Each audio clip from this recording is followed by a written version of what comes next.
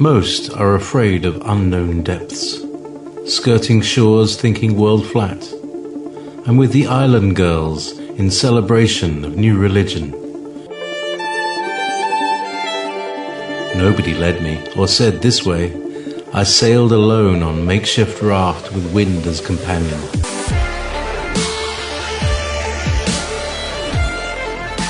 Fate for deliverance, confidence enough to assess new disposition. Seekers of lost paradise may seem fools to those who never sought the other worlds. Welcome to Momentary Zen with Zen Garcia. Visit www.fallenangels.tv. You're listening to Revolution Radio.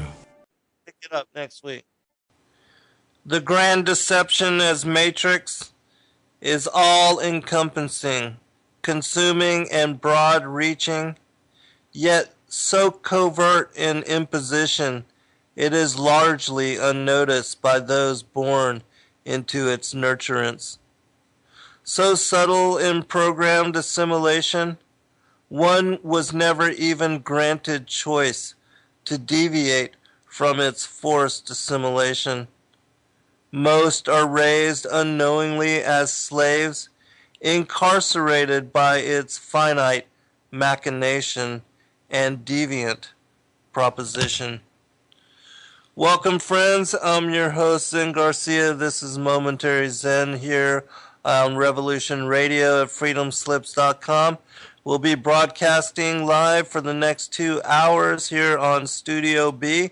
I thank all of you that have taken the time to join us in fellowship for coming and listening to us live, and for the interaction that you'll share with us and the questions that you'll bring forth. I know that many of you have been looking forward to this broadcast because we have with us as guest tonight Troy McLachlan from the UK, and he's stayed up. It's very late over there, and he's in his willingness has stayed up and is making himself available to us live and joining us for the next 2 hours. And so I hope that you will enjoy the show. I'm certainly looking forward to it myself. And, you know, we've been talking about the Saturn Death Cults and links to the New World Order and the global elite, the focus on some of the aspects of what Troy will be speaking about this evening, and so we'll get greater clarity. Troy, are you there? I am indeed, and thank you very much for having me. It's great to be with you and your listeners, and part of the good work you and your colleagues are doing. Well, we appreciate that as well. We try to bring forth the most interesting as far as subjects and topics to the listening audience, and I don't know if you've been on Revolution Radio before, but the listeners are very educated and very well researched in a lot of different topics and areas, especially as far as the esoteric goings on of world. And so they were the ones that brought your work to my attention, and so I'm glad that the show could come together and that we could, you know, I could learn from them as they learn from me, and that we'll all be learning somewhat from you this evening. So if you would, can you give out your website information, speak a little bit about yourself, as well as your books, the ones that you have available, and where people can go to support you in that way? Well, I wrote the ebook, which is available on Kindle, the Saturn Death Cults, and it is accompanied by a website, SaturnDeathCult.com. The website basically reflects most of the contents in the book. So if you don't get the book, you will be able to certainly get the main thrust of the thesis that Saturn Death Cult gives out with regards to what I've written. I also have recently launched a website, Troy McLachlan Books, where I've dabbled in fictional genres, science fiction, postmodern literature, and such. People can go to Troy McLachlan Books to see other works. Included in those works is a kind of a prequel to Saturn Death Cult that I co-wrote with another renegade researcher, a guy called Ted Holden, in which we ask questions about the solar system that predate what is discussed in Saturn Death Cults. So that book is called Cosmos in Collision. There is a cosmosincollision.com website that people can go to, and yeah, it's basically been a busy last 4 years in terms of this kind of alternative research thinking. Okay, well, let's start with that. Cosmos in Collision, to kind of set the foundation for what we'll be going into as far as the Saturn Death Cult. And if you would lay the foundation for how it was that you were led to this as revelation, and what piqued your interest to begin to study on these topics. Okay, well, I guess it really starts as a teenager at university when I was studying ancient history, biblical topics. Oh, hey, Troy, they're asking if you would speak get up? to be a little bit closer to your mic and speak Sure. a little bit louder. Thank you. Okay, how are we there? Is that better? Yeah, it sounds good to me. I just want to make sure that for the audience that they can hear you clear. Sure thing. Yeah, so I was at university in New Zealand, it's where I was brought up, and I was studying Egyptology, Syriology, biblical topics, and so on, and not doing very well at it when I came across a book in the library by a gentleman called Emanuel Velikovsky. I asked my Egyptology lecturer, since I saw that the book was actually had a handwritten signing from the author to my lecturer, what he thought about the contents of Velikovsky's work. And the reaction I got was about the tersist dismissal. I don't do Velikovsky. And it was the vitriol that was involved that just made me look closely at what this guy was about.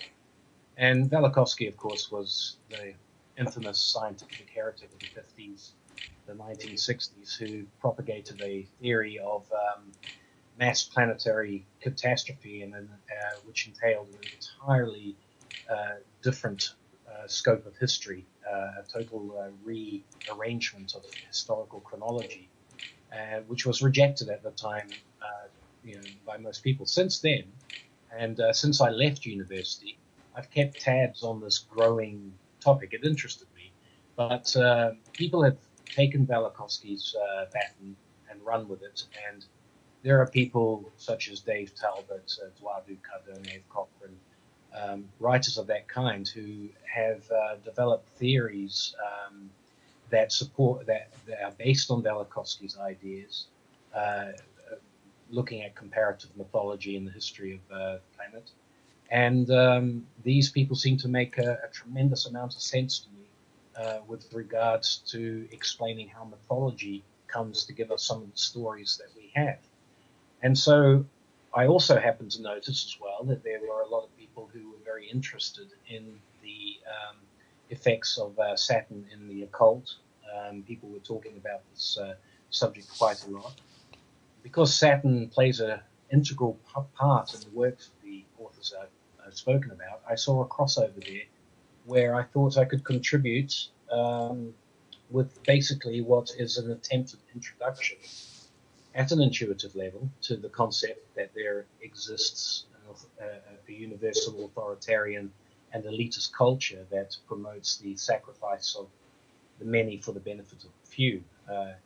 It's this culture that I believe has its roots in past catastrophic planetary events that were witnessed by humans and recorded in world mythology, events that resulted in a doomsday archetype mindset being imprinted on the human species, one that has left the human species with a subconscious fear of doomsday being repeated. And it's this subconscious anxiety of another doomsday that I believe leaves humanity so susceptible to mass manipulation by persons and organizations, with various nefarious intentions. However, it is from the viewpoint of these types of organizations and persons that this doomsday anxiety has as its flip side the yearning for a lost golden age, which is a concept that comes out of mythology. It was a time of paradise. something that I learned about, read about, time of lack of want, that had preceded Doomsday itself.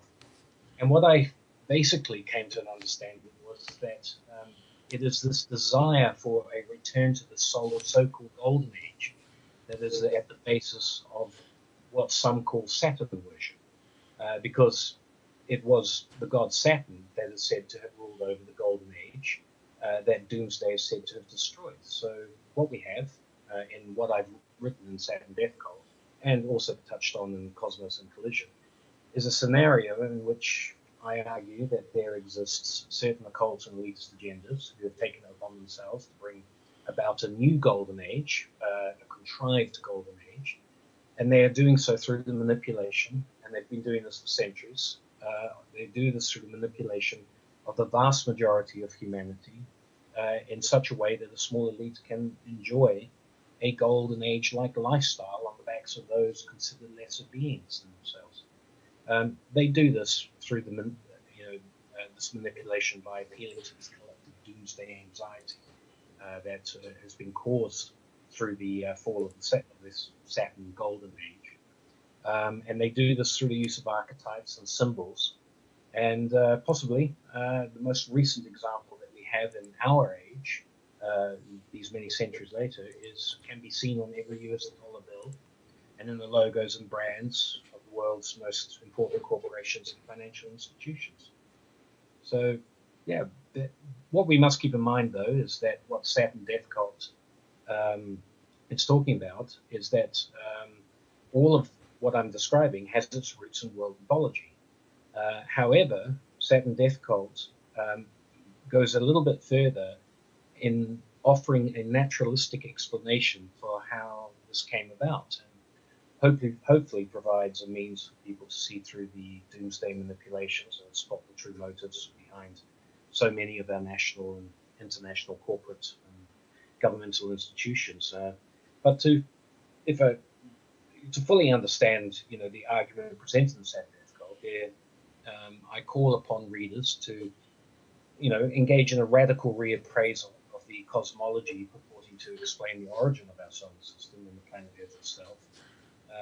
I argue against a world dominated by the uniformitarian view of the Earth's origins, basically where there's little scope in today's scientific community for incorporating mythology into the equation, and therefore, mythology has been consigned to the trash heap of fiction. However, I have, through the works of people like Dave Talbot, Dwight Cardona, Rolf Thornhill, guys at the Thunderbolts group, plasma cosmologists and so on, going back to Nobel Peace Prizing plasma physicist Hannah Salveen, there's this radical new cosmology based on what we call the electric universe model, which can provide us with the key that opens the seeming madhouse of mythology and allows us to see mythological events as more than just fantastical stories, but as the actual witnessed record of vast interplanetary cataclysms that have taken place with human memory. Basically, if we read mythology under the assumption that the celestial heavens above us have always been as they are, then mythology makes no sense.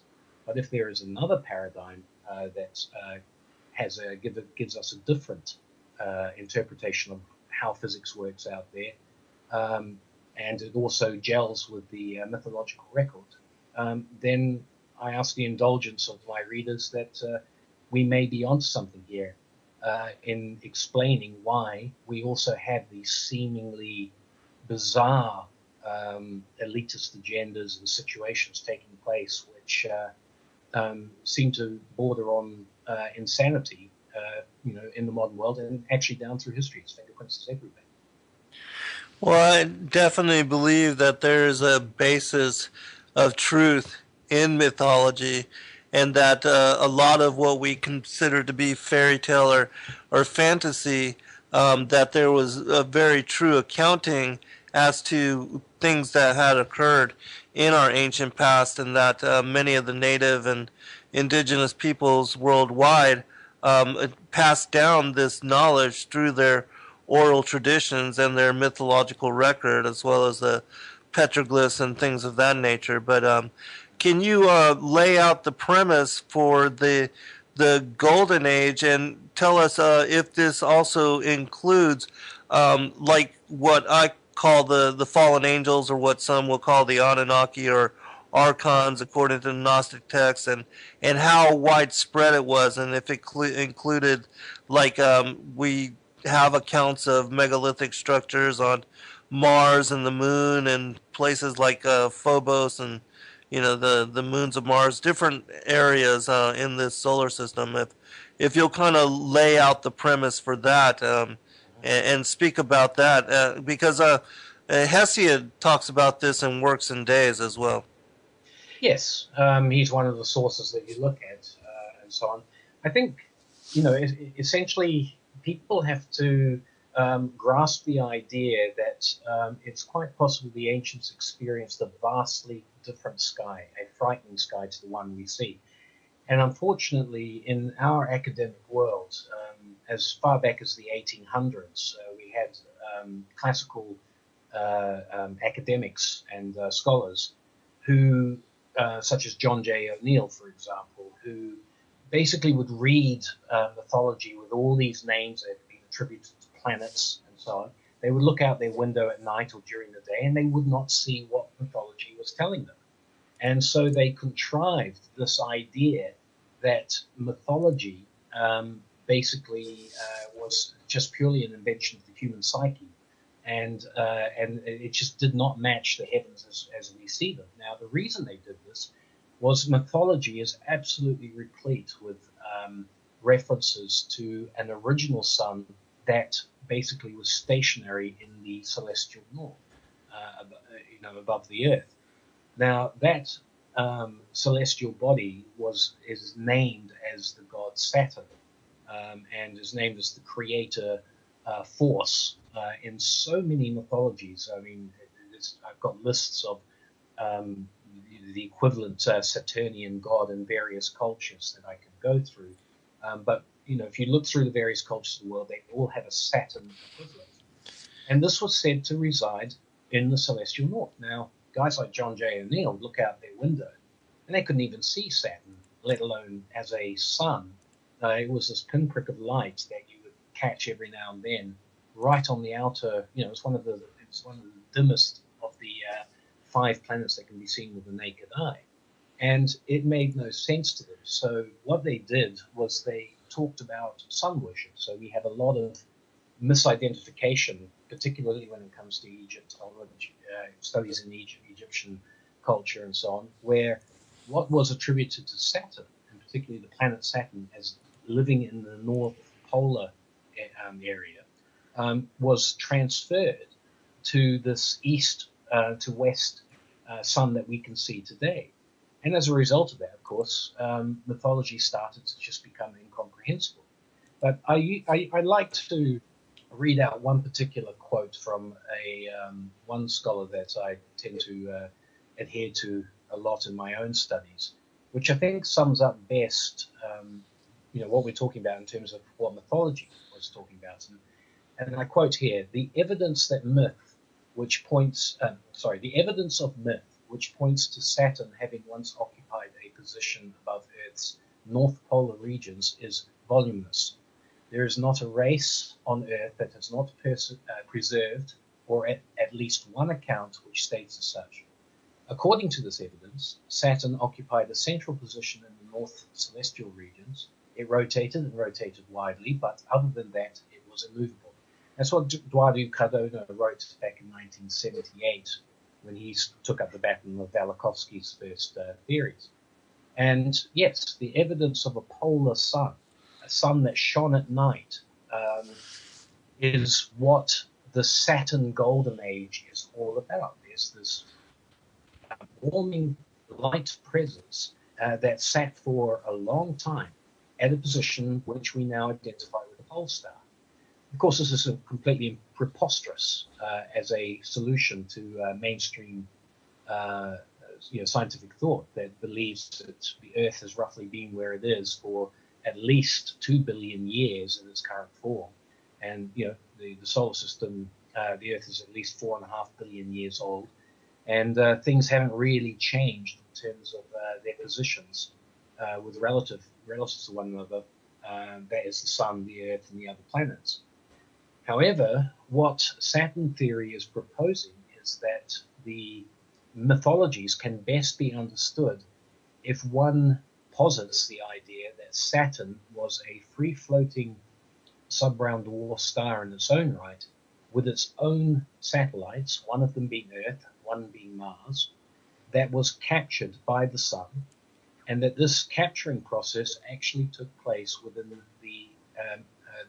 human memory, and caused the very catastrophic events that led from this strange existence called the Golden Age, and of course there was a Dark Age, a Purple Dawn Age before that, but there was this Golden Age that was then disrupted by a doomsday into the worlds that we now have today, where after a series of cataclysmic rearrangements of the planets, we find ourselves in the current configuration that we all know today. Well, it's interesting because even like the Akkadian and Babylonian creation stories, they speak about the long ago capture Nibiru and how it was one of the Western satellite or one of its moons was brought into conflict with a planet that used to be where the asteroid belt now is, and that that the mythologies of the world capture this war between the Lord of Hosts and the dragon Tiamat, and that the destruction of that planet is what led to and created the asteroid belt, or what the Sumerians call the hammered bracelet. And so I do think that Velikovsky was onto something with his work. But in your study of mythology, and the going back into all of the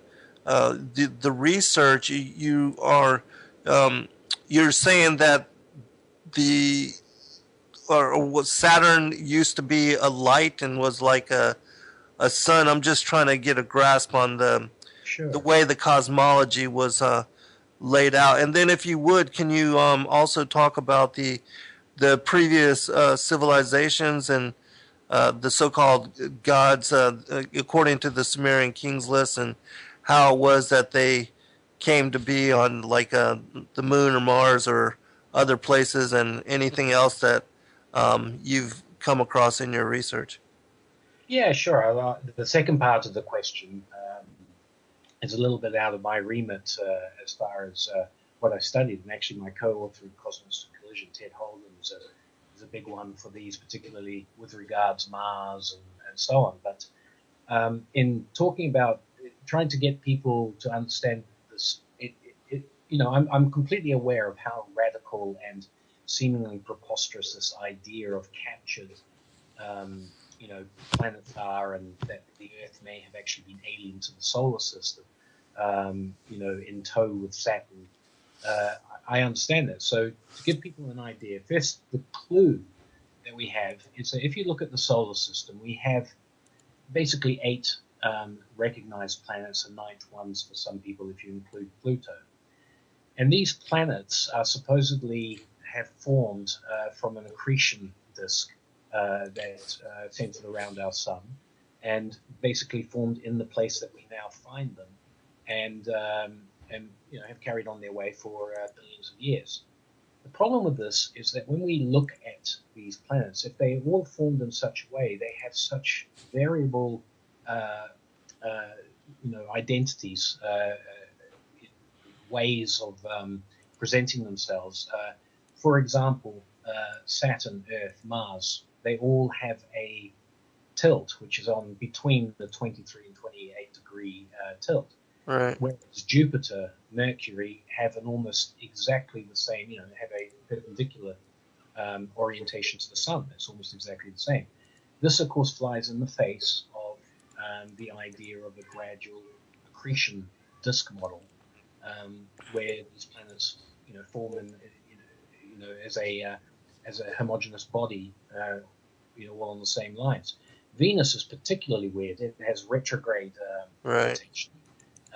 We have a lot of problems with Neptune, is virtually on its side. And of course, as you pointed out, we have this asteroid belt that Tom Van Flandern, I think it is, has done a lot of work in saying could have been a planet and so on. What we see evidence for a salad bowl of planets, and the capture theory actually starts to make more sense. In terms of how this configuration of planets arrived and where they were. Where people start to get a bit edgy is when you say this kind of thing could have happened within human memory. Now, when it comes to mythology, where it all starts, mythology talks about a golden age, a time when there was no such thing as seasonal change, so on. There was a permanent harvest on the earth, and humans lived pretty well and got along very well. This is your archetypal paradise story. You find it in biblical texts, the texts that you've mentioned from Assyria, Mesoamerican texts, and so on. What a lot of people also don't realize is that in some of the more ancient cultures, there is talk of a dark primordial period that has no real beginning. In the biblical terms, we see that in the beginning God created the heavens and the earth, and the earth was void and without form, and God hovered on the waters in the darkness and so on. And this all happens before a let there be light moment. And so what we find in lots of other cultures and so on is this idea of a primordial darkness. Now, it's not a darkness as a night. It's just a purple glow that they report, sort of a twilight, a permanent twilight that they had. And hovering above this twilight, fixed in the north, was a dull orb that was a weak sun. And in mythology, we're led to understand that it was this weak sun that would suddenly flare up in what would be called in the Bible the let there be light moment, and basically bathe the world in this brilliant glow, and then proceeded to bless the world with the golden age at that time, only for that Hold on, sun Troy. to be Hold that dispersed. thought. We'll be right back. At the first break. Hold on. Okay, welcome back, everybody. I'm your host, Zen Garcia. I have as guest with me this evening Troy McLachlan from the Saturn Death Cult website, and I did post a link to his site in the chat room. We will be opening up for phone calls after this segment. Just want to give Troy a chance to set the foundation for the rest of the interview. Troy, if you would continue on with what you were talking about as far as setting up the cosmology and the golden age, and also if you would tell us when it was that they began to institutionalize the whole matrix, the enslavement, and their attempts to assert power, as far as the New World Order. Okay, well, we were discussing this primordial period in mythology that talks about a purple dawn, where you've got a very dimly lit disk that is situated at the celestial north of the planet, stationary, shining down a weak, feeble twilight onto the world. It suddenly flares forth at some point, bright, bright light, which bathes the world. Quite a cataclysmic event, but nonetheless, it heralds in this, golden age where visible light bathes all human existence at this particular time. And of course, this is associated in mythology with the god Saturn or planet Saturn. It's interchangeable. People will dispute this and so on, and that's an argument that's quite intricate and technical. But for the sake of argument, this is identified with the planet Saturn, which is now some pinprick on the edge of the of light on the edge of the solar system. So we have to ask just what kind of physics are involved here? What was the environment, the context of the environment that mythology is talking about here? How can we explain such an environment given what we're told by mainstream science? Now, essentially, what that does is it puts the Earth in an entirely different context, according to the mythologies, to what mainstream science says was happening for billions of years. And in the electric universe model, there is a subset of people who follow a thing called Saturn theory. And the idea is that the planet Saturn was once what is called a sub-brown dwarf star. And a sub-brown dwarf star in mainstream science is believed to be a failed star. It's not like our sun. It never got big enough to combust and become a nuclear furnace at the center of its own solar system. But these sub-brown dwarf stars are like cold stars. They're failed stars. And it's been often speculated that the two gas giants in our solar system, Jupiter in particular, may be examples of these kinds of failed stars that have, basically regressed into being gas planets and so on.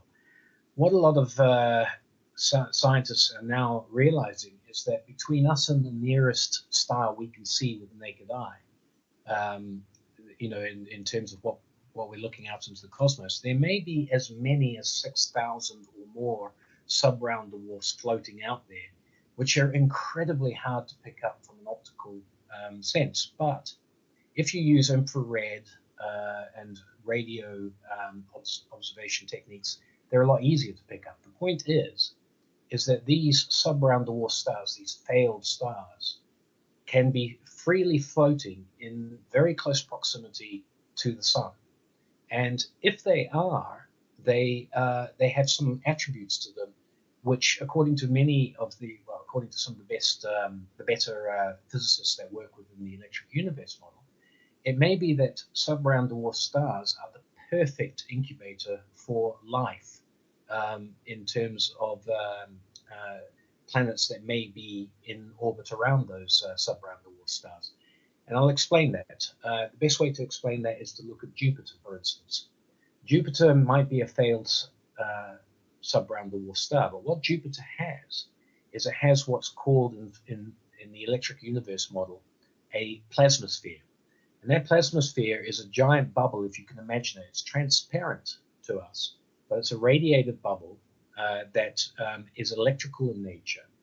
And within that bubble, you have the core that is Jupiter itself, but it also has 4 rocky moons that orbit around it at this time.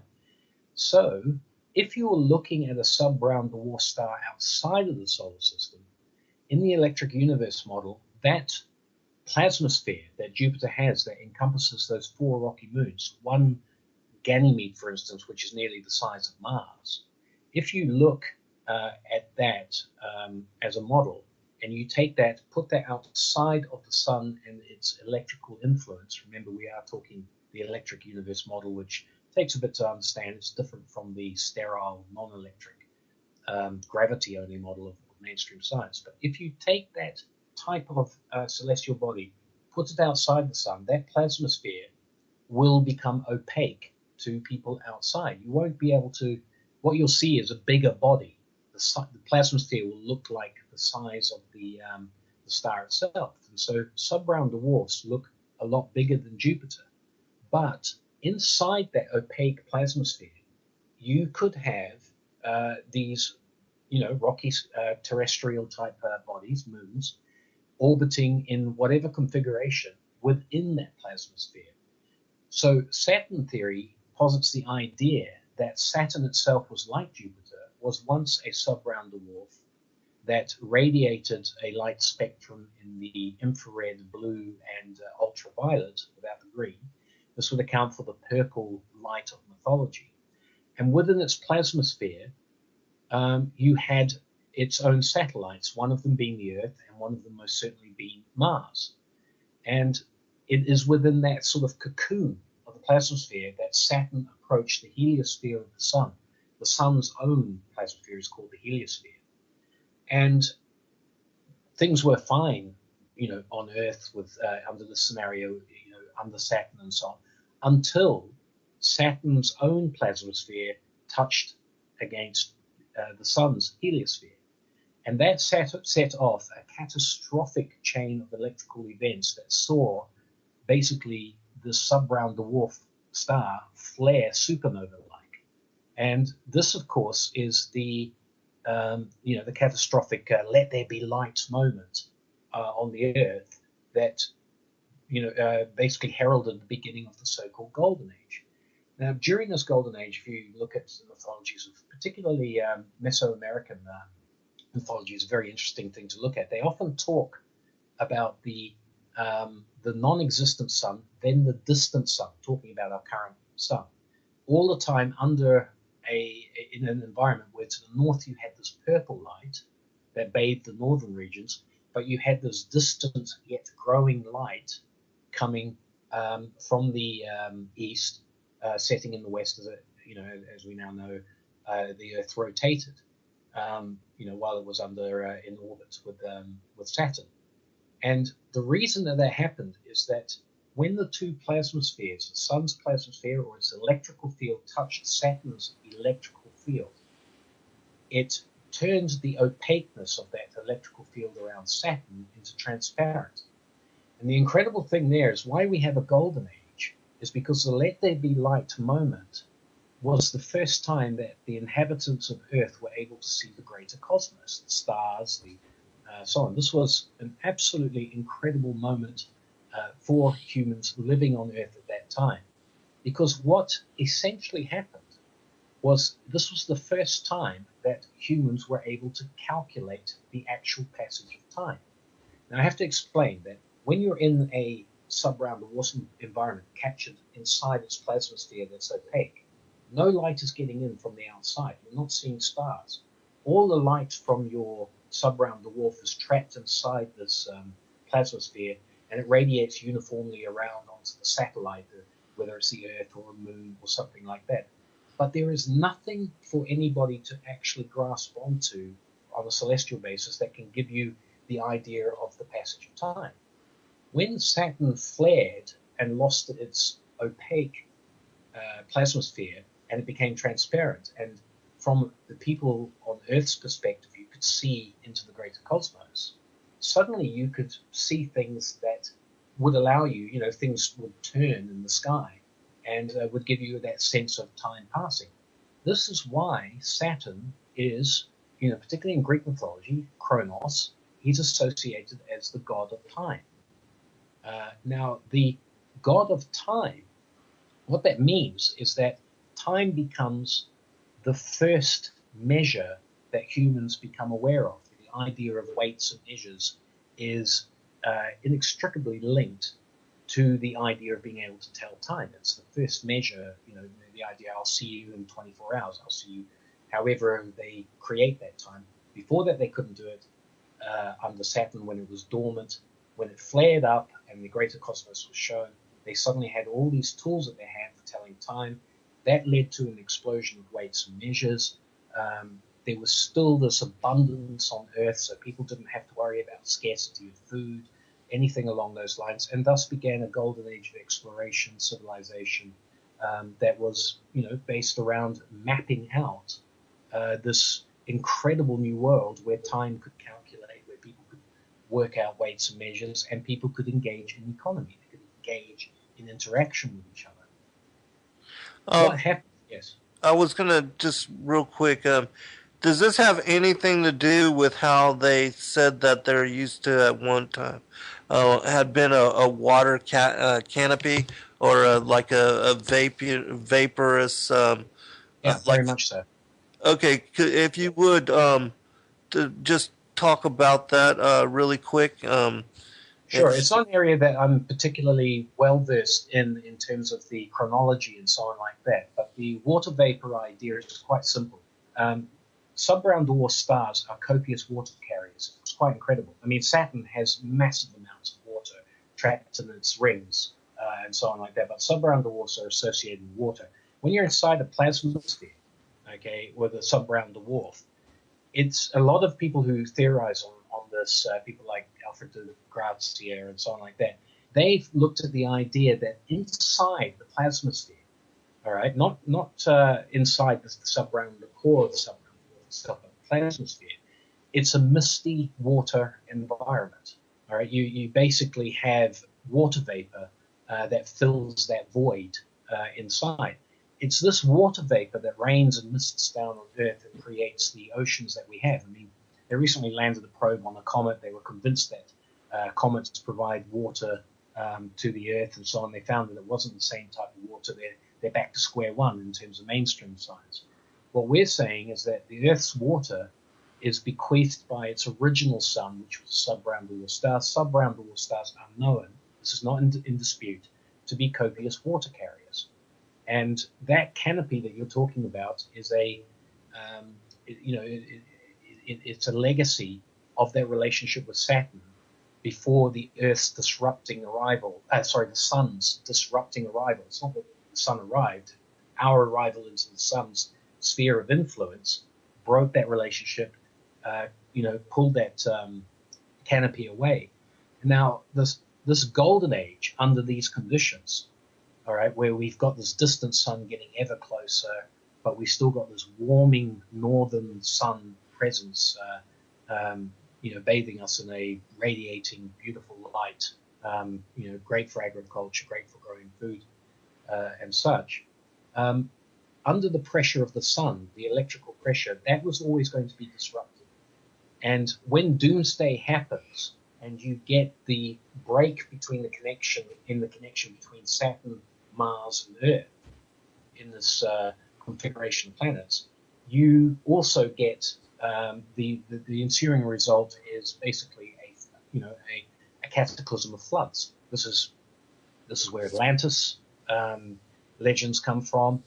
It's the biblical flood is largely based on memories of these events. This is basically doomsday. If people look very carefully at even the biblical account of Adam and Eve being chucked out of the Garden of Eden, you will find that the seraphim or the archangels that are placed at the gates, that the original Hebrew root words are indicative of seismic activity, related to earthquake activity and so on, flooding.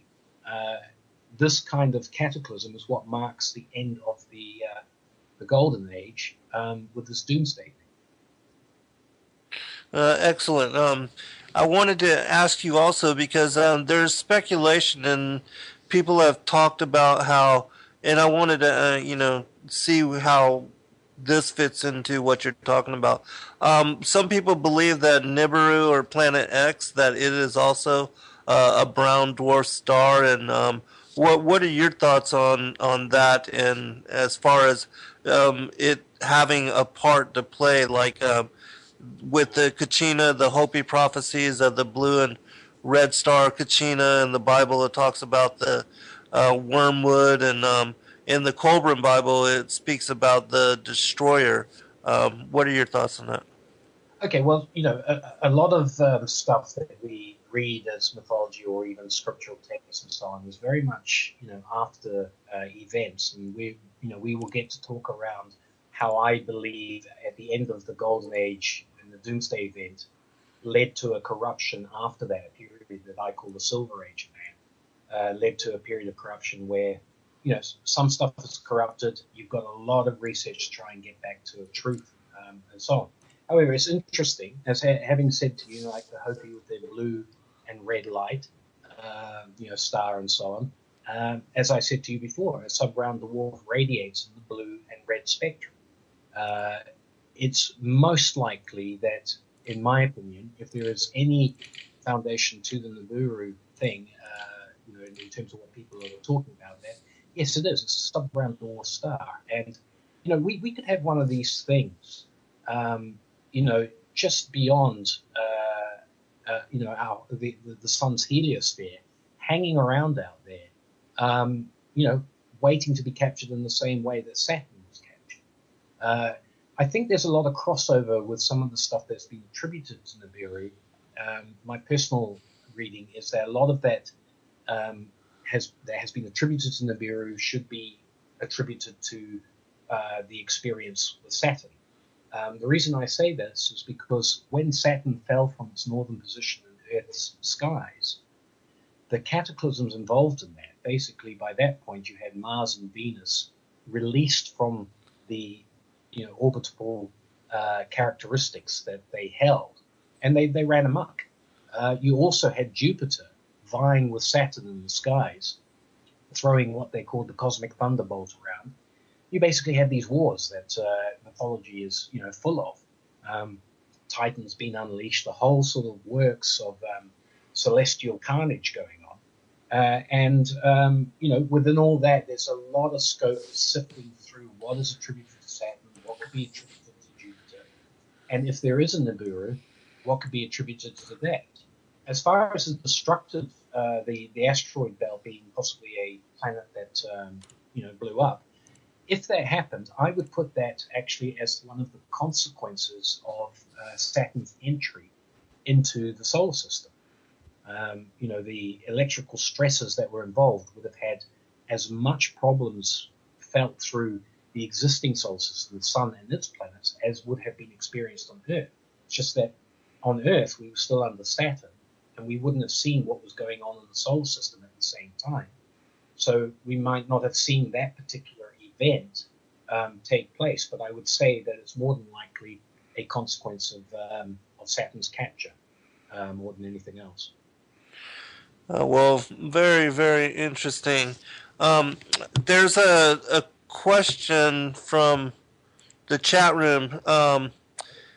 They wanted to ask you, could the plasmasphere disruption event have been done on purpose? And if in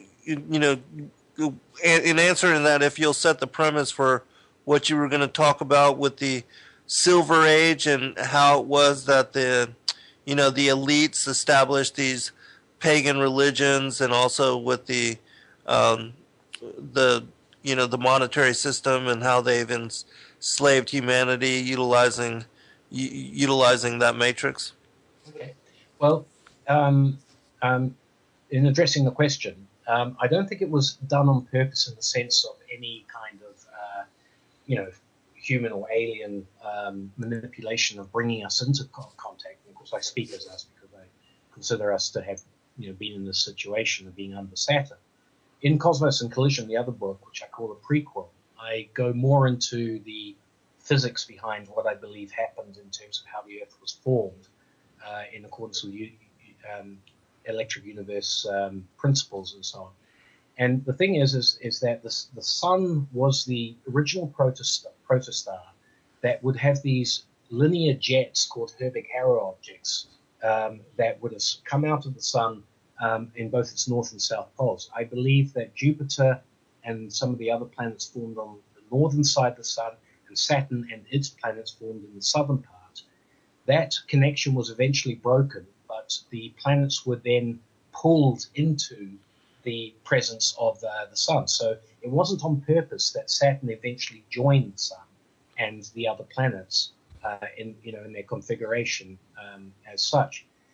However, the consequences of this, as I explained before, if you've gone from a primordial darkness where there just isn't any way to calculate anything, therefore civilization finds it very, very difficult to get off the ground, to a point where, with the plasmasphere going from opaque to transparent, and the Earth being able to see the encroaching Sun, to see Saturn in a different light, to see all the stars, you have this era of weights and measures and progress, civilization, where things get interesting from the what people disparagingly call the conspiracy theory viewpoint, is that when you have a doomsday and you lose such a golden age and you lose this wonderful time period and you enter into a period where you don't have the warming. Hold on, Troy.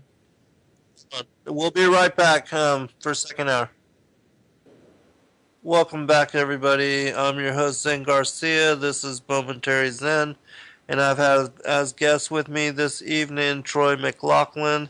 His website is the Saturn Death Cult, and he has books available as well that focus on this topic. And I'm going to get to your question here, Zaphoid, but I do want to remind the listening audience that Revolution Radio is the largest listener-supported, commercial-free, and corporate-free radio network on the planet and on the internet, and that in order for us to continue being able to do what we do and talking about all the topics that we talk about and inviting all the guests that we invite from the very many different hosts available on Studio A and Studio B, well, we do need your monetary support. And so if you would, please go to freedomslips.com and click on the donate button and share what you can. It will go a long way into preserving this as a platform for us to cover truth and all of its strange and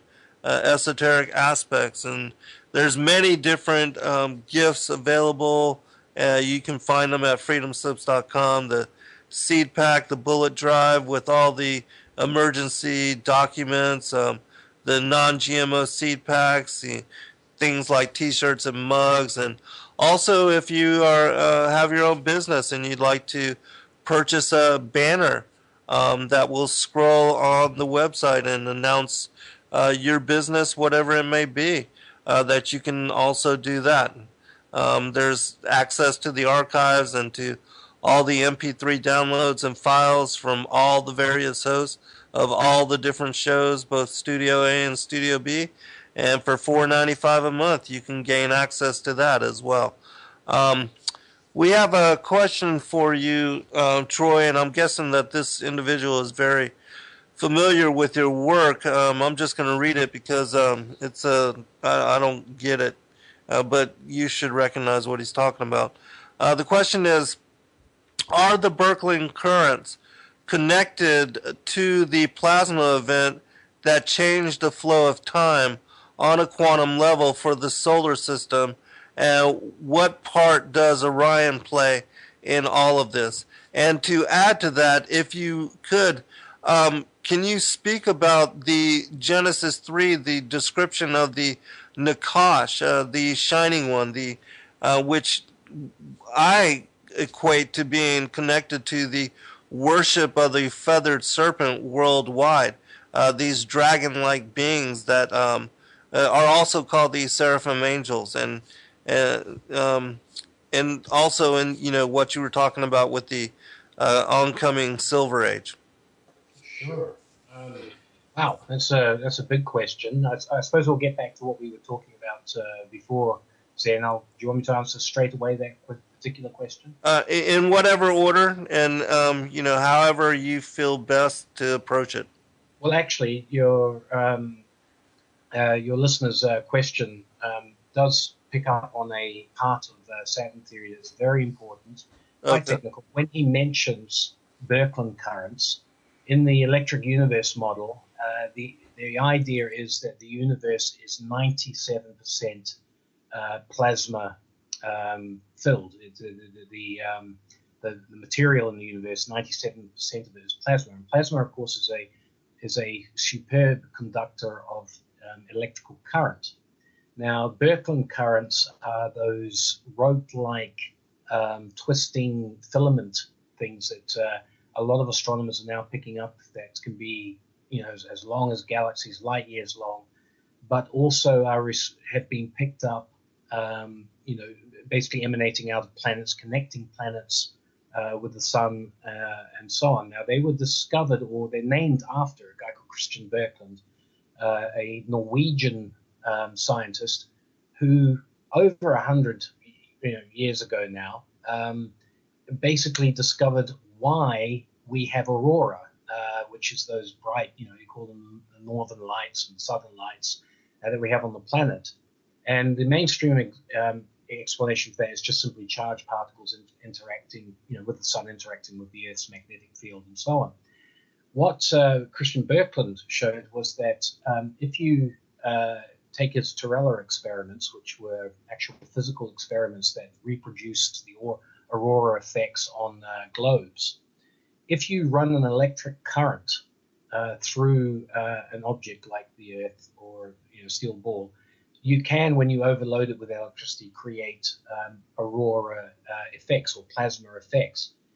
He was rejected by mainstream science because they simply could not conceive of the source of the electricity that ran through.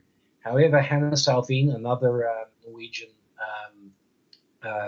giant in the world of plasma physics, he conceived of what you call the galactic electric model, in which galaxies are just generally giant homopolar electric motors, and therefore the sun is merely a part of a giant circuit of electricity, which is then passed on through the Earth.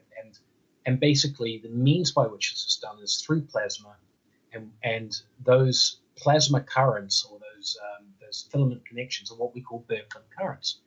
Now, in Saturn theory, your listener is alluding to the idea that a giant Birkeland current existed between Saturn and Earth. This would naturally, of course, in the electric model be the case. That Birkeland current, think of it like literally the big long piece of string, a wire between these two bodies made of plasma. That Birkeland current would go through three different types of stages. Sometimes it would be unseen, sometimes it would glow, sometimes it would go into what's called arc mode, depending on what was happening to the sub-brown dwarf star. Under electrical stress from the sun, that Birkeland current would have glowed, it would have produced celestial fireworks like the world had never ever seen. And in fact, what this represents for people who want to go deeper into Saturn theory is an explanation for things like Jacob's ladder in the Bible, but basically the stairway to heaven that is replete throughout mythologies throughout the world, whether it's the Aboriginal idea in Australia, to do with the spears that climb to heaven one after another and so on. And the electrical stresses involved would have created all kinds of permutations that if you go into Saturn Death Cult, I've created illustrations to illustrate how this, the squatter man thing that we see carved onto rocks, a lot of the Paleolithic pictographs that you see carved onto rocks and so on, really represent the plasma configurations that was seen stretching between Earth and Saturn. And of course, Saturn was the abode of the gods. You had Saturn and at the time of the Golden Age, Venus and Mars in configuration in that northern area stacked above the Earth, connected by this glowing Birkeland current. And the spectacular nature of this is where you get the idea of Hercules holding the world on his shoulders. The pillars of basically the sun being kept stationary on a pillar. We see often in the Egyptian mythology and so on. It becomes very obvious. A lot of mythology becomes very easy to read once you have that key as to what they may have been seen. And in Saturn Death Cults, I've taken the pains to illustrate that so people can get a visual idea of what it may have looked like for people in ancient times. Now, your listener asked about the time aspect. Now, I'm not quite sure exactly what he's going on about the change of time. All I know is that Saturn is accredited with bringing time to mankind's consciousness. And to me, that is in flaring up after contact with the sun. Saturn, that was attributed as the creator god because of this flare up, this let there be light moment, allowed human beings to basically calculate time and start the process of building civilization. It was a monumental step. It was a step every bit as important as people placed on the invention of a wheel or discovering fire. That kind of invention.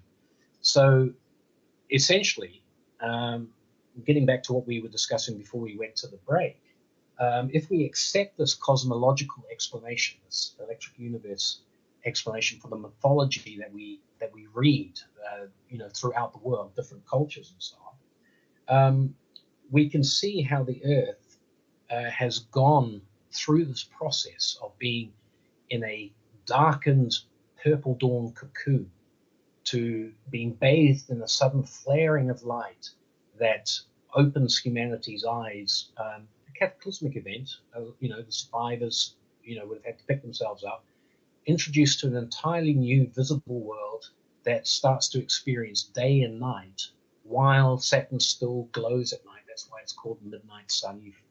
A lot of religions talk about this midnight sun. And then humanity experienced the fall of of Saturn from its position in the north, which became, was basically recorded in mythology as the Doomsday event. And it is with the Doomsday event that's really the Saturn Death Cult, with its lurid title that evokes images of, human sacrifice and so on like that. This is where things begin, because the survivors of Doomsday would have remembered what it was like under the Golden Age, eternal harvests, true measures, all this sort of thing that make for a good life, so to speak. Suddenly they were presented with a world that had seasonal variation, and with that came scarcity. Crops didn't grow, and winter was experienced on a seasonal variation scale, and as a result of that, there would have been a yearning. We had it, a lot better back in the times of the Golden Age, and priesthoods that evolved at that time tried to at least maintain the weights and measures that came out of the Golden Age, which started with being able to tell time. And it was with the weights and measures that humans could combat the scarcity in the earth, this thing that the Bible talks about, how after the fall of Adam and Eve, they had to, by the sweat of their brow, they had to make the earth yield its fruits. It's through weights and measures that human beings would be able to trade, create systems to combat scarcity through economic development and so on. However, as human beings, we have this tendency, some of us, to, feel entitled to the idea, well, if I can't have the Golden Age as in the natural environment producing it for me, it becomes apparent that if everybody else does the work and I don't do the work, and I live off everybody else's work, I can actually, live a lifestyle approximating Golden Age comfort. But the trick is I've got to get everybody else to do the work for me. So gradually through the Silver Age, is what I call it, that age preceding Doomsday, when the weights and measures and the laws that had been created during the Golden Age were being collated and people were trying to preserve that, there is a distortion with those who sought to manipulate that knowledge by essentially getting other people to do all the work while they sat around and did nothing. And of course, the most effective way to do that is not by employing, the gangster approach, get a bunch of tough guys and threaten to beat everybody up unless they do your bidding. The most effective way to do that is to con everybody through the use of diverse weights and measures. It's to distort the weights and measures that people trade with in such a way that you always benefit through no work at the expense of people doing all of the work. And this is why Saturn Death Cult ultimately leads into the idea that the age-old problem that we have on this planet, stemming from Doomsday and the loss of the Golden Age, is best seen in the manipulation of currency and money in what we call the financial system. And that interest and usury is the ultimate distortion of weights and measures in one of the most important things that humans can use to basically make the earth yield its fruits. And it's just a guarantee that some people get to live the high life for doing nothing, and other people have to do all the work.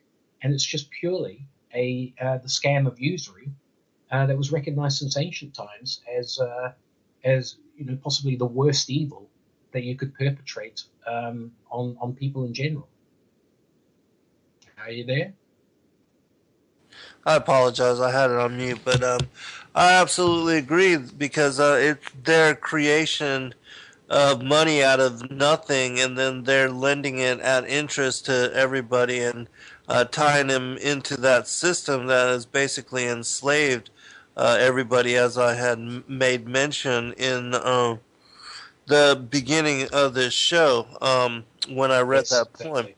But talking about quickly before we go on to the this system, and talking about how it basically enslaved the world, I wanted to get your thoughts on the biblical Nakash, and if all of because a lot of the pagan cultures worldwide that worship a pantheon of gods and goddesses, the rebel angels, they worship a feathered serpent, and the feathered serpent has something to do with the mythology that is associated to the ancient dragon. What, because I know you're very well versed on the biblical scriptures as well, like Revelation 12, where it talks about that ancient dragon, that old serpent known as the devil and Satan, who has deceiveth the whole world, and how most of the pagan world,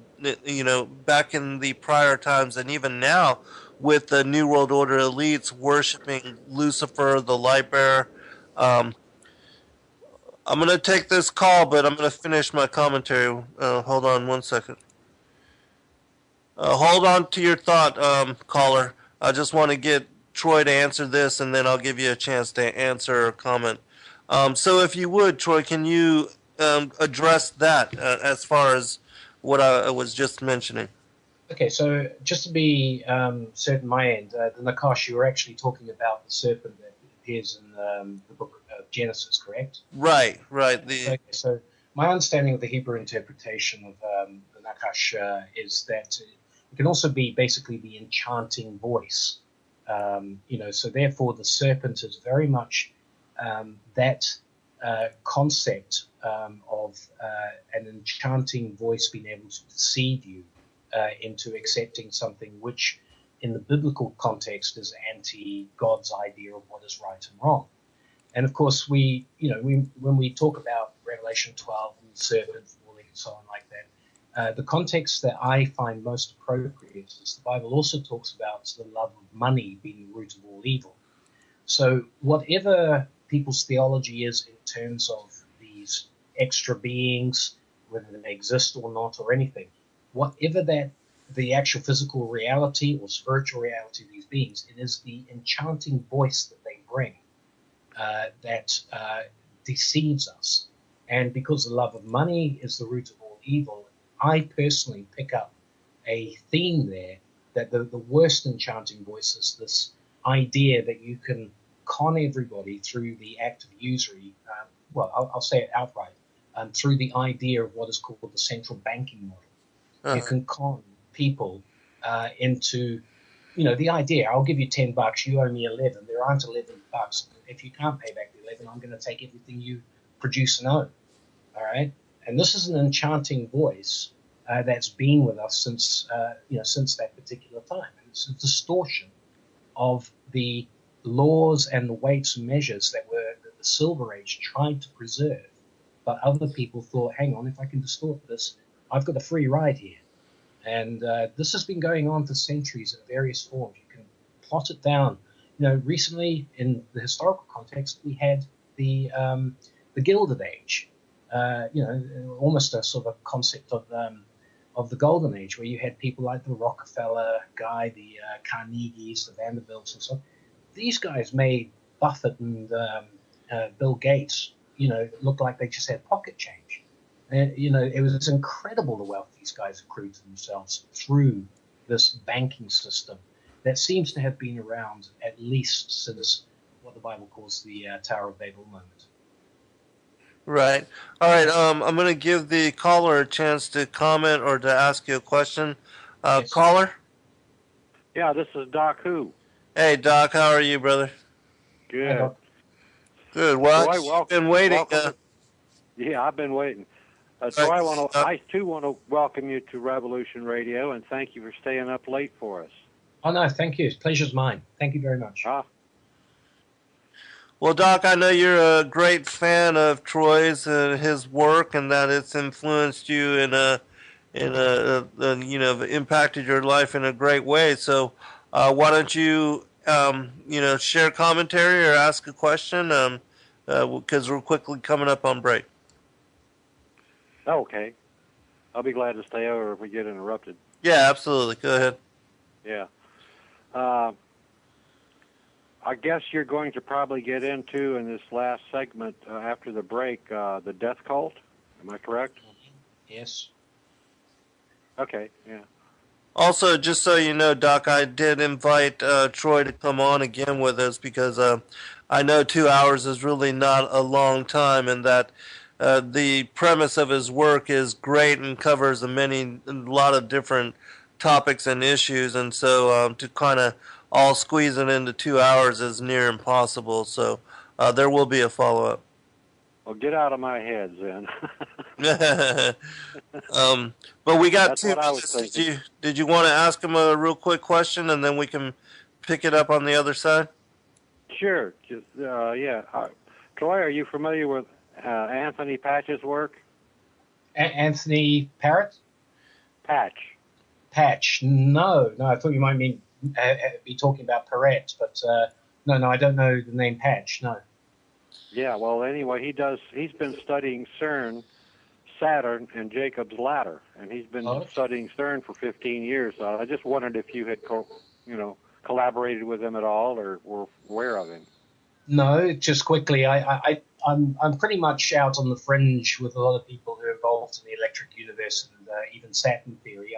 The people that I mentioned earlier on are not have had any personal contact or anything, and largely it's because I go into areas that they find they're about uncomfortable with what's so-called conspiracy stuff. But I keep an eye out for these people, and this form of research is exploding at the moment, Doc.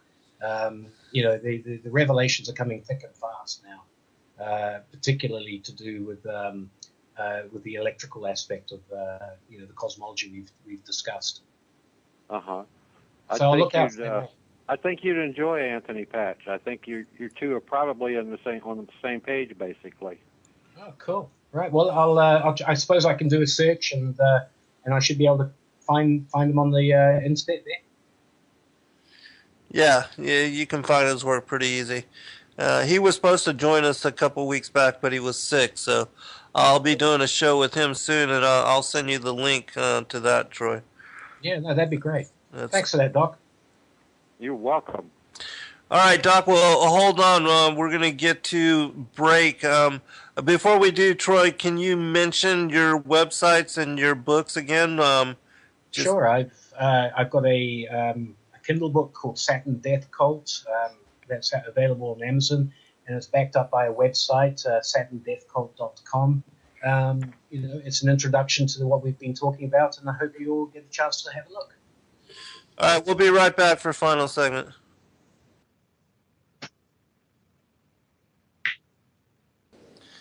All right, welcome back, everybody, for final segment.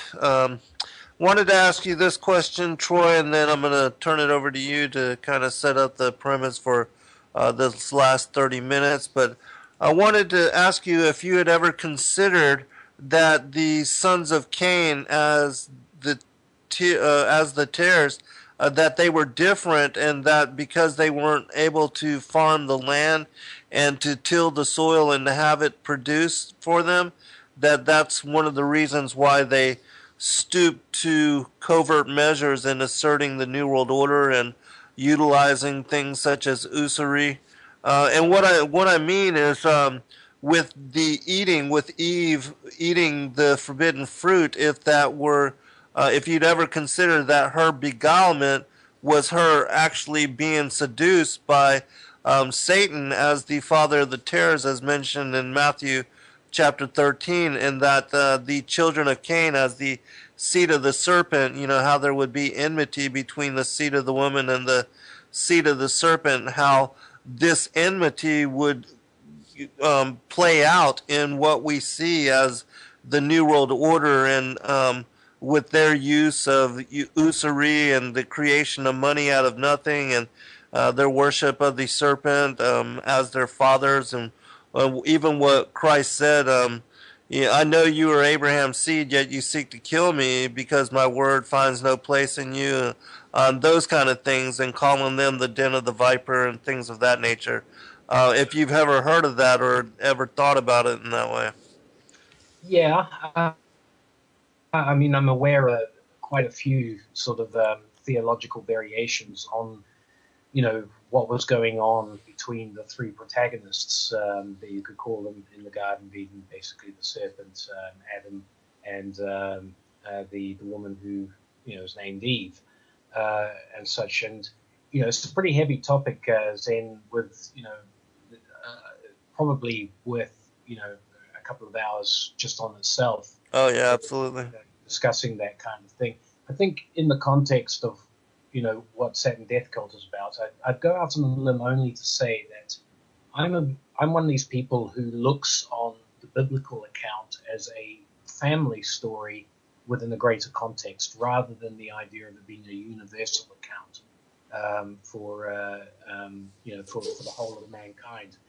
And the reason I would put that is that I'm one of these people who does not believe that the Bible actually says that Adam was the first man as such. And the reason I say that is, we've had people talking about, where did Cain get his wife and all this sort of stuff. And Christians have their, who support the all human beings coming from Adam concept. They have their own particular answers to that. To me, the biggest issue is that when Cain killed Abel and set up the whole enmity aspect that would be down through Seth, what we know is that Seth was not yet born. So effectively, if we take the Christian idea that is popular, the church idea of Adam being the first man and so on, you've got Adam and Eve left, you've got Cain left, Abel is dead, Seth is not yet born. Yet Cain seems to be extremely worried, and this is in the 4th chapter of Genesis, about the ramifications of these people who are going to get him for breaking the laws. All right, so, and to the point that a bounty is put on Cain. That's what the mark of Cain actually is. People think it's a physical mark. It wasn't. It's a bounty. It just simply meant that the mark put on Cain, or the bounty put on Cain, is that if anybody killed him, the biblical God would take 35 or so of that person's tribe. That tells you there had to at least have been 35 other people existing in the world besides Cain, Adam, and Eve. All right? So, in my opinion, the Bible, we get off on a wrong foot if we look at the Bible as a world book, a universal explanation. Instead, we need to read it as the experience of one particular group as they march towards this destiny of confrontation with this idea of financial slavery, this idea of what becomes in the Bible the battle between Jerusalem and Babylon. Mm-hmm. Right. Babylon represents that particular. There's plenty of people who could make a case for Cain being Sargon of Akkad, who the historical character who was the founder of what would ultimately become Babylon. But what from my own perspective, the idea, and this is always important to me, what is the idea behind whatever entity I'm dealing with? What are their ideas? That's where the power and the destructive aspects rest. And the idea of financial slavery through the concept of usury, which has been refined down to the modern age, what we call the central banking system, is truly the most destructive aspect of what people call the devil or fallen angels, or just straightforward people who want to manipulate the rest of us into giving them a free ride, a golden age of their own. Yeah, I agree, and I also, like you, ascribe that there was a pre-Adamic age, and that even the fallen angels, the rebel angels, that they were here before the creation of modern humanity, and that what is talked about as far as the family of Adam and the enmity between the seed of the woman and the seed of the serpent is only in relation to the last 6,000 years, or what we know as the modern era, but that there was absolutely a previous age, and when megalithic structures were created by the rebel angels worldwide, and even possibly on Mars and the moon and other aspects of the solar system. And it's also, and I'll just ask you this real quick and turn it over to you. But I believe that the Jeremiah 4, chapter verse 23 and on, when it talks about the destructions when at a time when there was no man and all the cities of the wilderness were destroyed. That had something to do with a judgment against the rebel angels as well in a pre-Adamic age. But yes, definitely. Jeremiah chapter 4 uses exactly the same language that we see in the first verses of Genesis chapter 1. yes, And absolutely basically, it's that void. right, But it's a void. It's basically the aftermath of the destruction of something that went before. exactly. And this is key to understanding the Bible.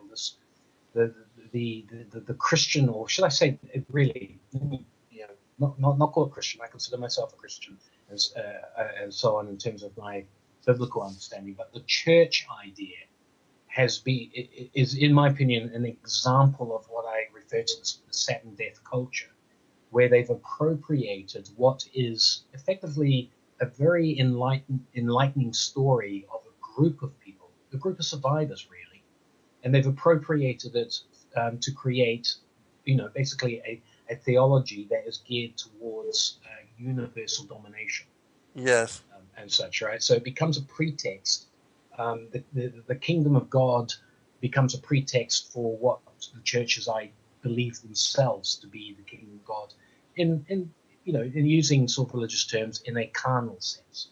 And this is unfortunate in my opinion, because it leads to particularly useless debates between creationists and evolutionists. right.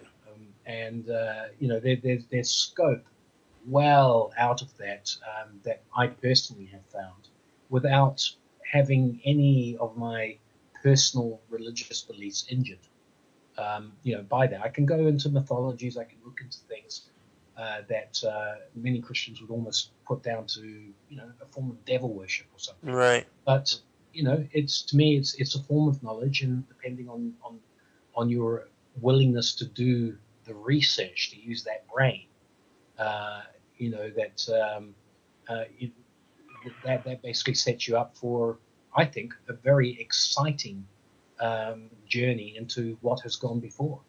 Likewise, I agree with you. And another thing, in talking about the Earth becoming null and void and of there being a pre-Adamic age, or what I refer to as the prior times, it also helps us to understand that the what they call the generations of the heaven and the earth is not just talking about a period of 6,000 years or the period of modern humanity, but in the archaeological and the history, the geological record, there's been thousands, millions of years, and that many things have occurred even before the modern era, as far as the fall of humanity and the description of time as Yes. laid out with Adam and his family.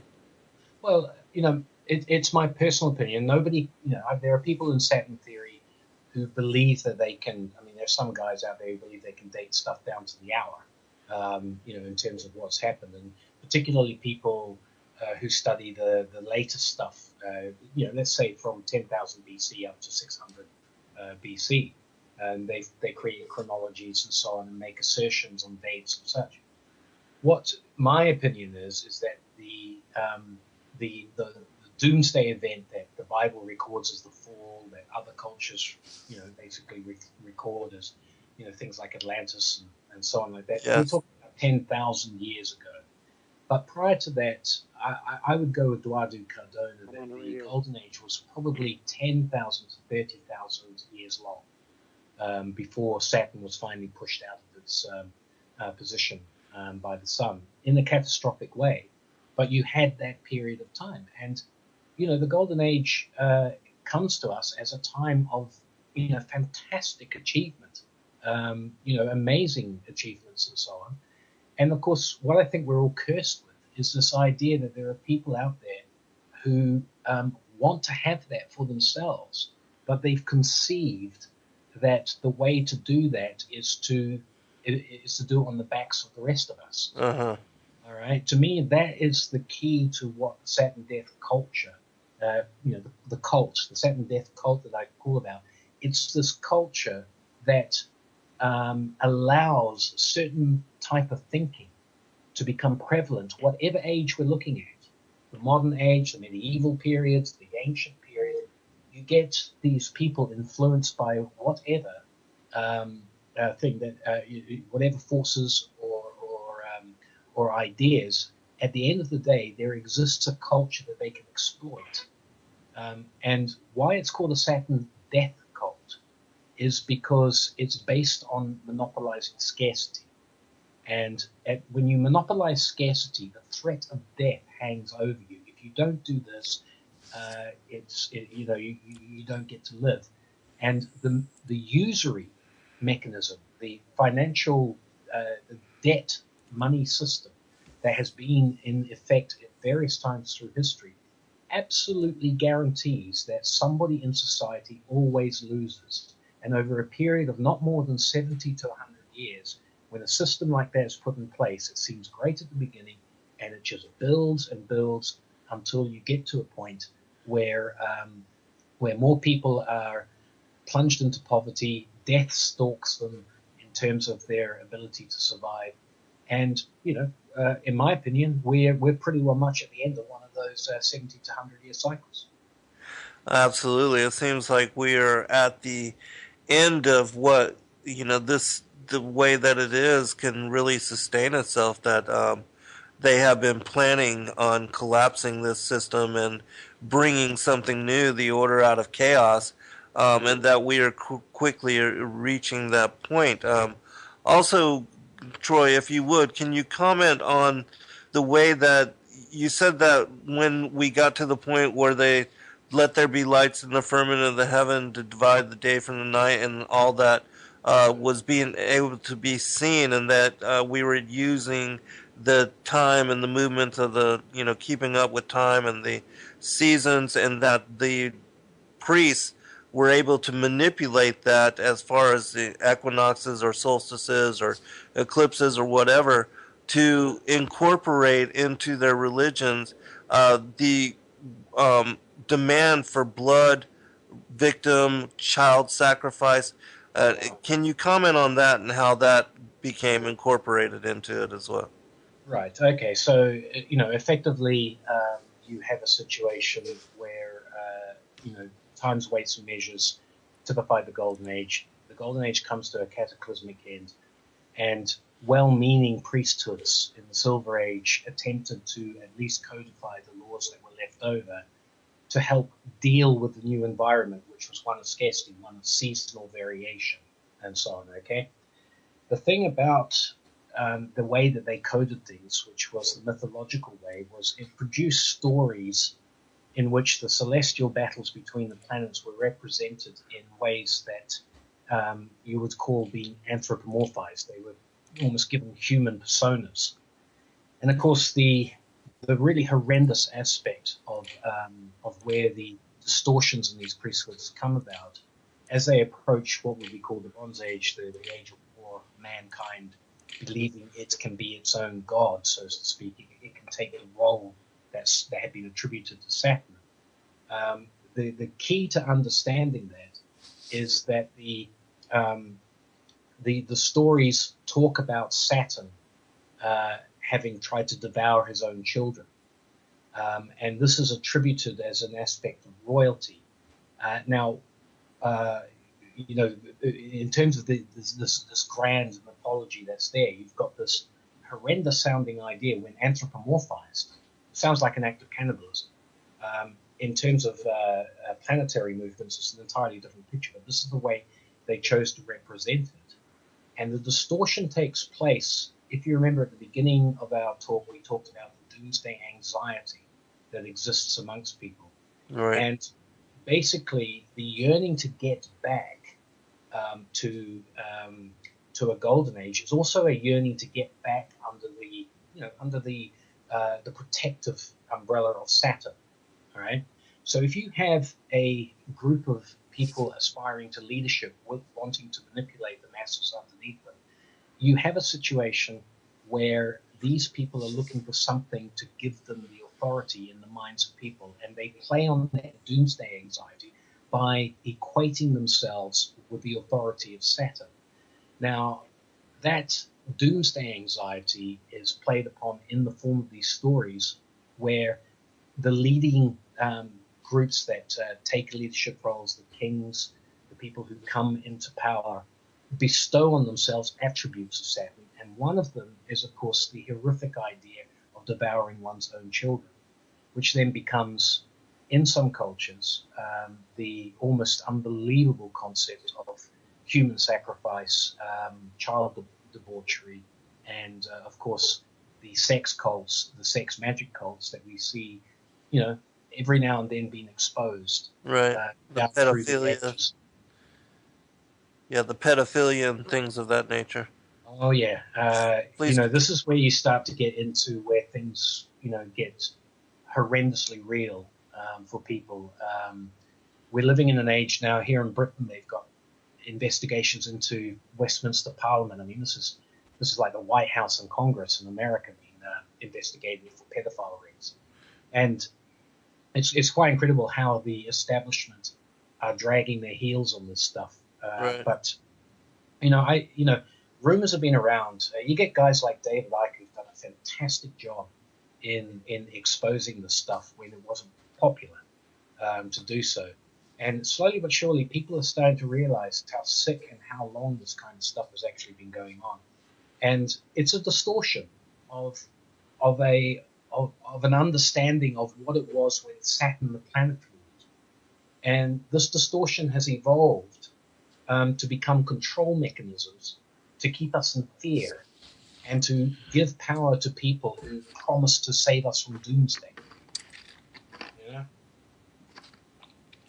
Yeah, it's absolutely. And Troy, definitely we'll set up a time in a couple weeks or maybe a month or so when I have another opening. And if you would, sir, we would most certainly enjoy you coming on to elaborate on what we're talking about now and to catch the story up and to give you time to continue on taking it from the Silver Age to where we are now. But let me give Doc, I want to give you a chance to comment, and then we're going to go to Troy for final comment. We're about 4 minutes out before the end of the show. Well, again, Troy, thank you very much for your time and your research and your knowledge and your willingness to share it. And I think I speak for just about everybody on this network that we appreciate it deeply. Oh, it's my pleasure, and it's it's an honor for myself to be able to be invited onto these shows. It's shows like this that are doing great work in getting this kind of stuff out and opening the minds of people. So more than a pleasure of mine to be a part of it. Well, I'm spreading your work. Well, thank you very much. It's good to know that there's somebody out there that's joining the fight, so to speak. Absolutely. Troy, if you would, I want to give you a chance to just speak about your website and your books and your contact information if people were to want to, just send you thanks or to ask you questions, anything of that nature. Okay, well, Saturn Death Cults is an ebook at this time that is available on Amazon Kindle for people who want to read it in that format. There is a website, a comprehensive website that closely follows the book that people can go to, SaturnDeathCults.com. I've launched Troy D. McLachlan books that lists my other books. They all have a connection to the topics that we've discussed on the show today, but come in various formats and genres, ranging from graphic novels to postmodern novels, that sort of thing. I would also encourage you to visit cosmosandcollision.com and look at what is the prequel to what's discussed in Saturn Death Cult, if the cosmology side of things tickles your fancy. Otherwise than that, wish you all the best of luck, and thank you very much for the time. Thank you, Troy, and definitely if you're interested in asking me any questions, or if you have anything you'd like for me to share, you can contact me at zengarcia.com. That's my author website. and I'll ask Troy the questions on the next show that we do, and a follow-up on this one. I thought the show was fantastic, and that we covered a lot of separate and intriguing issues, all in connection to the Saturn Death Cult, and that that I think the a follow up and another show would be equally as fascinating. And so I thank you, Troy, for taking the time to join us and for staying up late over there. What time is it over there? We're just coming up to 3 a.m. in the morning. Wow. It's cool. Thank you, Troy. We appreciate you. And get some good rest, brother. I will, and thank you very much. Thank you. God bless all. Good night. Ones that brought your work to my attention, and so I'm glad that the show could come together and that we could, I could learn from them as they learn from me, and that we'll all be learning somewhat from you this evening. So if you would, can you give out your website information, speak a little bit about yourself, as well as your books, the ones that you have available, and where people can go to support you in that way? Well, I wrote the ebook, which is available on Kindle, the Saturn Death Cults, and it is accompanied by a website, SaturnDeathCults.com. The website basically reflects most of the contents in the book. So if you don't get the book, you will be able to certainly get the main thrust of the thesis that Saturn Death Cult gives out with regards to what I've written. I also have recently launched a website, Troy McLachlan Books, where I've dabbled in fictional genres, science fiction, postmodern literature, and such. People can go to Troy D. McLachlan Books to see other works. Included in those works is a kind of a prequel to Saturn Death Cult that I co-wrote with another renegade researcher, a guy called Ted Holden, in which we ask questions about the solar system that predate what is discussed in Saturn Death Cult. So that book is called Cosmos in Collision. There is a cosmosincollision.com website that people can go to, and it's basically been a busy last 4 years in terms of this kind of alternative research and thinking. Okay, well, let's start with that, Cosmos in Collision, to kind of set the foundation for what we'll be going into as far as the Saturn Death Cult. And if you would lay the foundation for how it was that you were led to this as revelation, and what piqued your interest to begin to study on these topics. Okay, well, I guess it really starts as a teenager at university when I was studying ancient history, biblical topics. Hey, Troy, they're asking if you would speak get to be a little bit closer to your mic and speak a little bit louder. Thank you. Okay, how are we there? Is that better? Yeah, it sounds good to me. I just want to make sure that for the audience that they can hear you clear. Sure thing. So I was at university in New Zealand, is where I was brought up, and I was studying Egyptology, Syriology, biblical topics, and so on, and not doing very well at it when I came across a book in the library by a gentleman called Emanuel Velikovsky.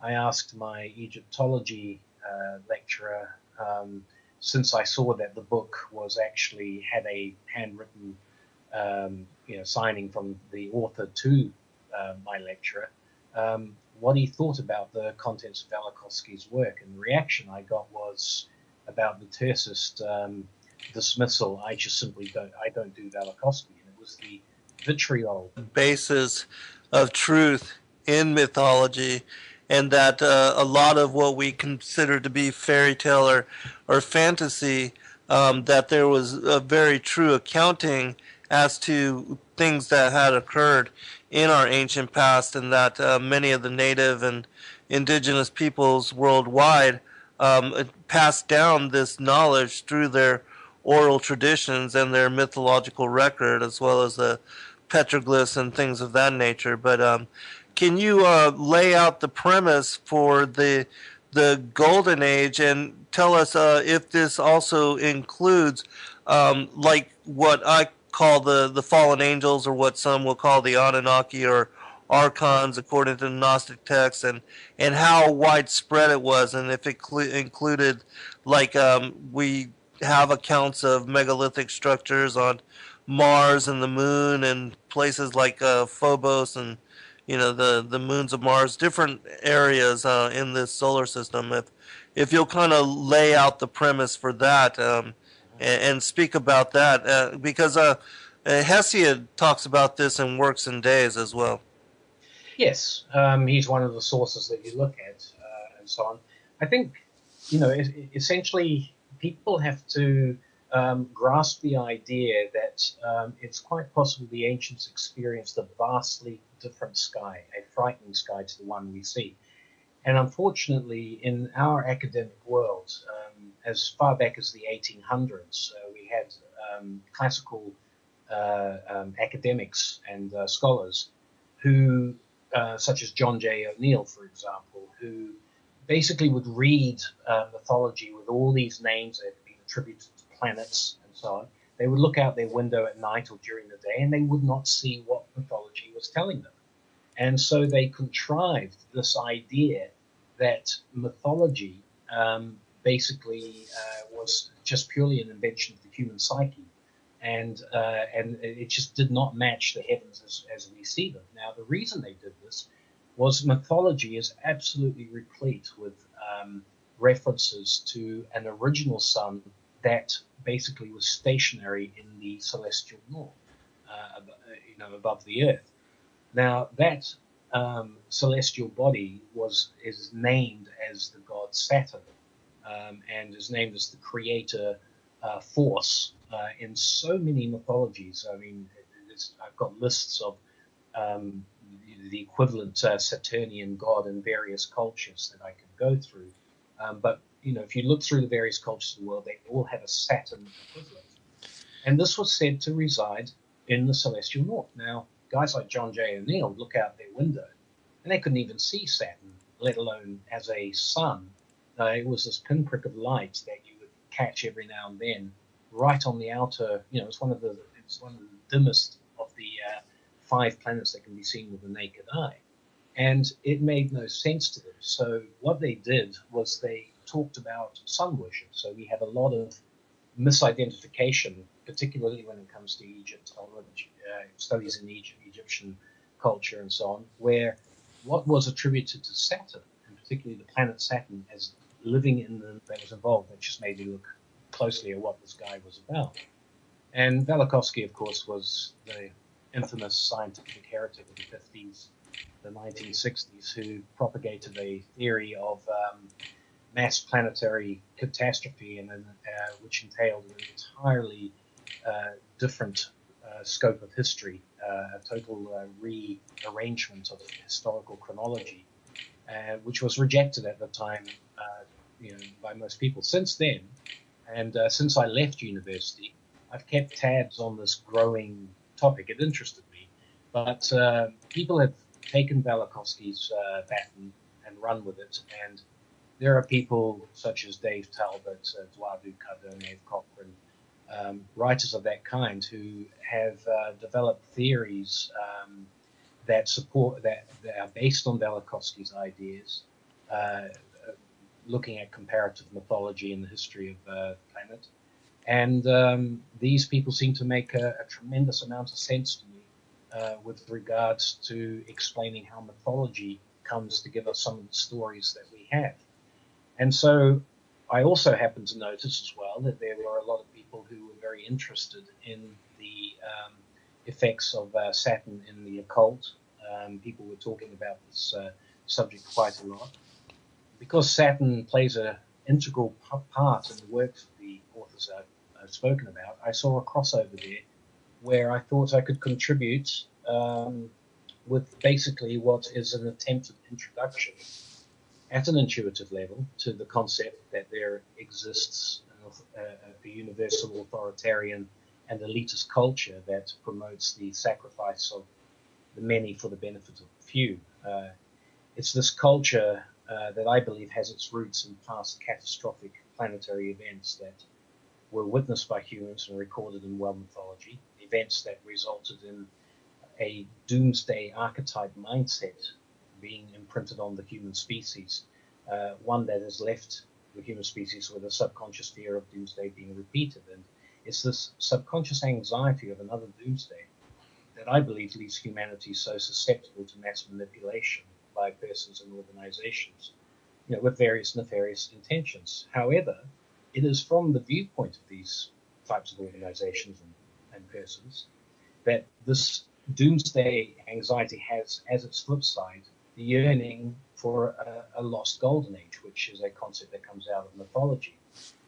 It was a time of paradise, something that I learned about, read about, a time of lack of want, that had preceded doomsday itself.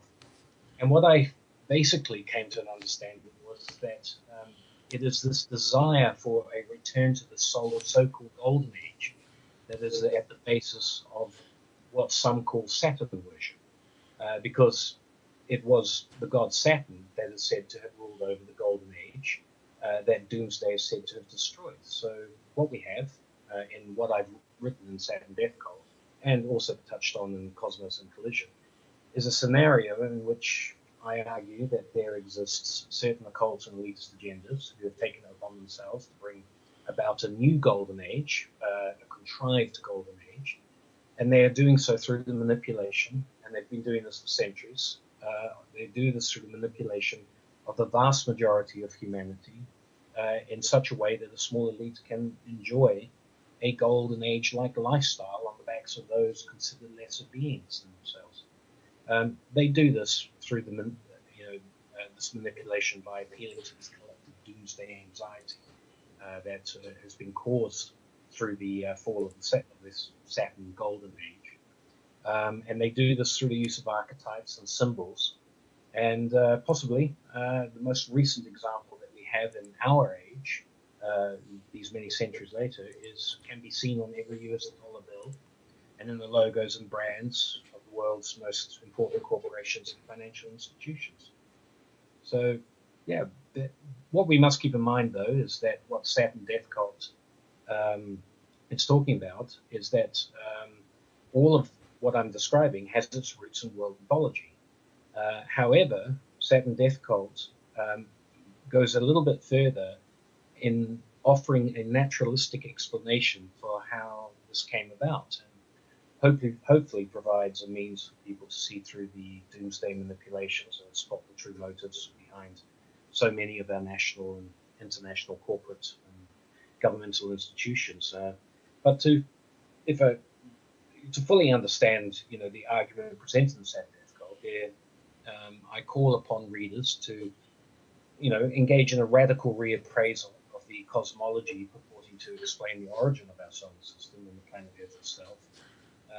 I argue against a world dominated by the uniformitarian view of the Earth's origins, basically where there's little scope in today's scientific community for incorporating mythology into the equation, and therefore, mythology has been consigned to the trash heap of fiction. However, I have, through the works of people like Dave Talbot, Dwight Cardona, Paul Thornhill, guys at the Thunderbolts group, plasma cosmologists and so on, going back to Nobel Peace Prizing plasma physicist Hannah Salveen, there's this radical new cosmology based on what we call the electric universe model, which can provide us with the key that opens the seeming madhouse of mythology and allows us to see mythological events as more than just fantastical stories, but as the actual witnessed record of vast interplanetary cataclysms that have taken place with human memory. Basically, if we read mythology under the assumption that the celestial heavens above us have always been as they are, then mythology makes no sense. But if there is another paradigm that gives us a different interpretation of how physics works out there, and it also gels with the mythological record, then I ask the indulgence of my readers that we may be onto something here in explaining why we also have these seemingly bizarre elitist agendas and situations taking place, which seem to border on insanity, in the modern world, and actually down through history. It's fingerprints everywhere. Well, I definitely believe that there's a... Most are afraid of unknown depths, skirting shores thinking world flat, and with the island girls in celebration of new religion. Nobody led me or said this way. I sailed alone on makeshift raft with wind as companion.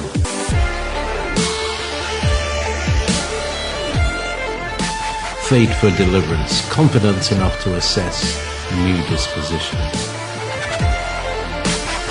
Seekers of lost paradise may seem fools to those who never sought the other worlds.